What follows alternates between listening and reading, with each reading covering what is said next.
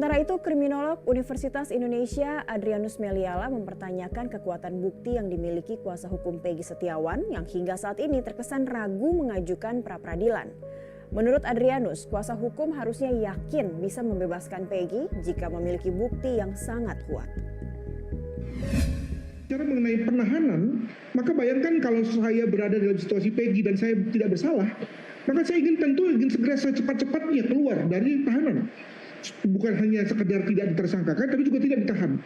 Nah, kalau kemudian di pihak lain lalu teman-teman PH-nya lalu kemudian main aman, maka apa namanya kalau bukan sebetulnya teman-teman PH-nya sebetulnya kekurangan peluru ini untuk kemudian maju ke PH maju ke Prapit sekalipun gitu ya. Nah, itu yang saya kira perlu juga dilihat dari segi bahwa tentu sebagai seorang tersangka yang memang benar-benar katanya tidak bersalah, tentu maunya segera keluar dong, gitu ya. Dan yakin bahwa PH pasti sudah bisa menyediakan sejumlah cara untuk kemudian mematahkan argumen kepolisian. Nah, kalau memang itu tidak ada, nah sekarang kita lalu masuk kepada dunia peradilannya, ke peradilannya nanti.